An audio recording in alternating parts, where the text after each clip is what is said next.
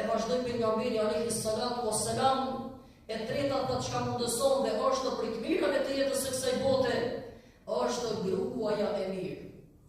Është gruaja e mirë.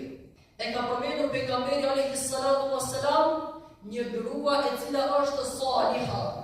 Çka është saliha? Është një grua e cila të ndihmon të afrohesh te Zoti i botrave. Është një grua e cila nuk gjen sebepe të vogla për të ngritur me ty. Është një grua e cila ndoshta shumë gjëra i mungojnë në jetë, por diçka të vogël e ka. Është e kënaqur me atë çka e ka, sepse shumë të tjera ndoshta nuk e kanë atë. Është një grua e cila të afron me familje dhe jo të përçaj me familje.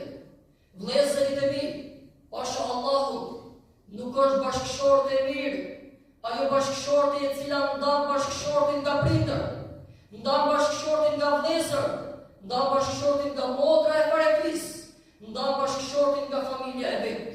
Një grua e cila xhelozon pse bashkëshorti i tij po i bën mirë vëllait të tij, por shumë normale ti bësh të mira vëllaut tënd.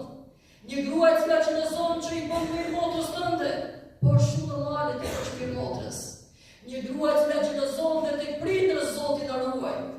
E mirë, ti që ke prish raporte me prindërit e tu, me vëllezërit e tu, me motrat e tua, me farefisin tënd, pse? Sepse nuk i pëlqen zonjës si.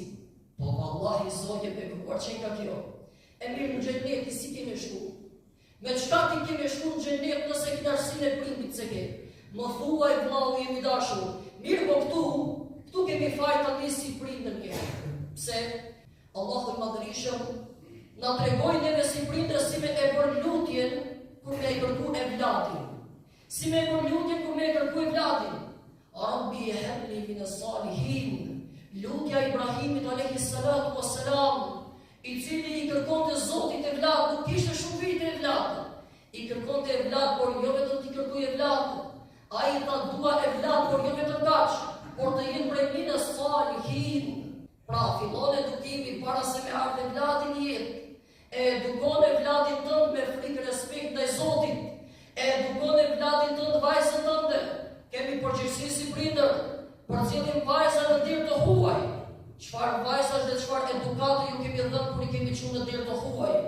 A i kemi martuar bijat tona që të prishin familjet e tjerëve? A i kemi martuar bijat tona që të prishin raportet e burrit me familjen e vet? Jo, atëherë nuk jemi prindër të mirë, e ajo nuk është bashkëshorte e mirë.